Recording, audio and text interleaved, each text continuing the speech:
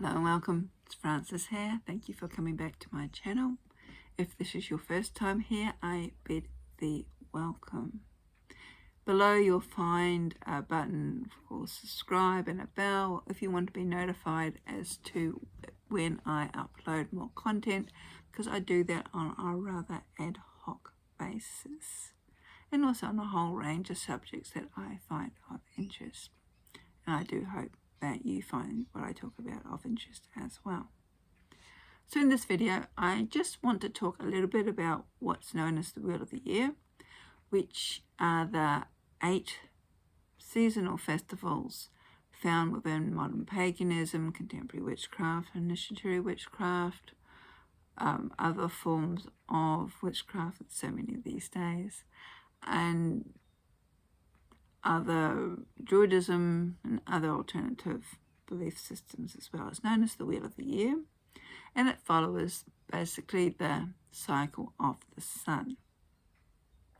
Now there's 8 festivals that are probably more common to people, and in particular within my particular tradition of contemporary witchcraft, we divide these into 2 groups, or the greater Sabbaths, which are the gateways to the seasons, and then we have the lesser Sabbaths, which are the cross quarters or the minor Sabbaths, which actually relate to the solstices and the equinoxes. So I'm just going to share some information from my first book, Dancing the Sacred Wheel, Journey Through the Southern Sabbath. This is actually the first edition, or my sample copy of the first edition. And just to give a little bit more sort of background to these Sabbaths, which sort of flows on from social media posting and a question that I had received. So of the festivals, the 4 that are known as the greater Sabbaths are actually Celtic in origin, so not Irish or Scottish, but Celtic. So this is a little sort of explains why there's different spellings, because Irish Gaelic, Scottish Gaelic are different, and a little bit of different interpretations as well. But they are by and large Celtic in origin and also agriculturally based. So very much to the here and now. And as I said, they are the gateways, so they mark the beginning of each season. So the beginning of spring is Imbolc, beginning of summer is Beltane, beginning of autumn is Lammas or Lughnasadh, and the beginning of winter is Samhain. Then we have what's known as the 4 lesser Sabbaths, just mean that they're less important, but they're known as the lesser Sabbaths. They're also called the cross quarters or the minor Sabbaths, and these are the solstices and the equinoxes, so they relate to the relationship that the earth has with the sun. And it is these 4 solar festivals, which is really interesting because our ancestors, the ancient ancestors, probably related to these more, especially considering, I suppose, agriculture came in after the building of the pyramids and the stone circles and other monuments that we have left for us today. And a lot of these monuments actually align with the equinoxes and the solstices. So we've got the summer and winter solstice, and in particular Newgrange pops into my head as specifically known for its alignment with the winter solstice and the rebirth of the sun. We've also got the spring and autumn equinoxes, and from memory I think maybe some of the pyramids are aligned with the equinoxes. I'm not 100% sure off the top of my head. Maybe that's something you can research for yourself. But together these 2 festivals, so you've got the summer solstice, winter solstice, so you've got solstices and the equinoxes, together they form what's known as the solar cross. So we have the 2, so summer, winter, then we have spring and autumn together, forming together the solar cross. And it's this solar cross that a number of probably more ceremonial or higher magic orders and traditions tend to favour and follow or observe, as opposed to the greater Sabbaths, which are more agricultural based. This also, when we look at the two differing Sabbaths, we've got sort of a macrocosm, which is the cosmic, which is the solar cross, and we have the microcosm, which are the greater Sabbaths, which are more sort of earth-based. So that's one way of also looking at the differences between the lesser and the greater Sabbaths. When it comes to the lesser Sabbaths, there are some alternative names. Winter solstice is probably also known by its Nordic roots, one alternative name is Yule. Spring equinox can also be known as Ostra or Ostara. There's a little bit of, should we say, just the jury's out as to the authenticity of that name. The summer solstice and the autumn equinox tend to be a bone of contention, especially in my books, because these two alternative names of Letha for the summer solstice and also Mabon or Mabon for the autumn equinox actually don't have much historical factual connection. I suppose the summer solstice and Letha may have a little bit more going by the writings of Bede, because of that, I think it's an Anglo-Saxon word with Leth meaning to turn or to lean, and it's been sort of adapted that this could be actually used as an alternative for the summer solstice because we're turning in.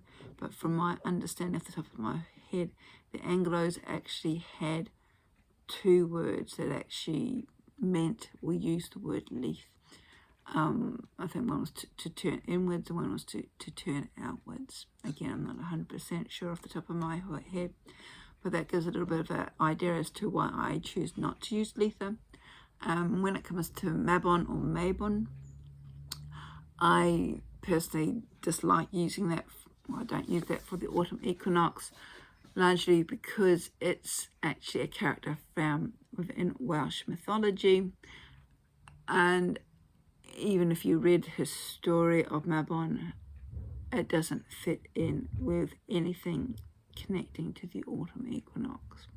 The reason these alternative names have been used comes back basically to the 70s with an American pagan witch author, Adam Kelly, wanting more Celtic sounding names for all of the Sabbaths. So we've got the four greater Sabbaths, which were actually Celtic in origin, so we've got their Celtic names. So he wanted to have more Celtic sounding names for the other two, for the lesser Sabbaths. And the rest, as they say, is history. So it's interesting because the two lots of Sabbaths actually make two different crosses. With the solar cross with the equinoxes and the solstices, and then we have an X cross, I suppose, when you're looking at the greater Sabbaths, and together they form the whole wheel. So there's our solar cross, and there's our X cross of the greater Sabbaths as well. And we're ending up with an 8-spoked wheel.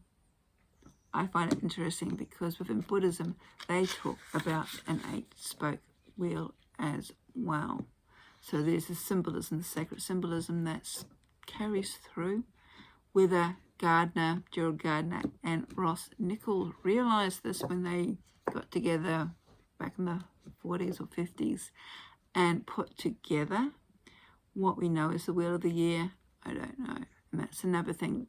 The whole 8 Sabbaths is not an ancient historical thing. It's a relatively modern invention, so to speak. Ancient people, I think as I mentioned earlier, may or definitely observed the equinoxes and solstices. If you're going by the building of the monuments that are left behind, the Celtic names in the greater Sabbaths, which are more agricultural based. Of course, agriculture came through at a later stage. So Ross Nichols, and Gardner, if you believe the stories, wanted to meet every 6 weeks, and this is what they came up with. Now, Ross Nichols went on to form what's known today as OBOD, which is the Ovarts, Bards and Druid Order. And Gerald Gardner, of course, was the founder or the revealer of what's known as witchcraft, traditional witchcraft, initiatory witchcraft, contemporary witchcraft. Some people also call it initiatory Wicca, traditional Wicca. I personally don't like the word Wicca for various other reasons. So, just looking at the book, I think that's all I want to really say about the Sabbaths. Within contemporary witchcraft, they tell the story of the god, and this is his journey, and in doing so we mark certain transformations in his journey. The greater Sabbaths, the gateways, being agricultural, were probably more in relation to a lot of folk magic. This is when our ancestors did sort of, I suppose, folk magic, or a lot of the folk customs come from like making solar crosses and breed wheels and breed dolls out of the last grains of corn or wheat was cut down, making offerings to the earth, sacrificing or culling animals to make sure that they had enough food to get through the winter,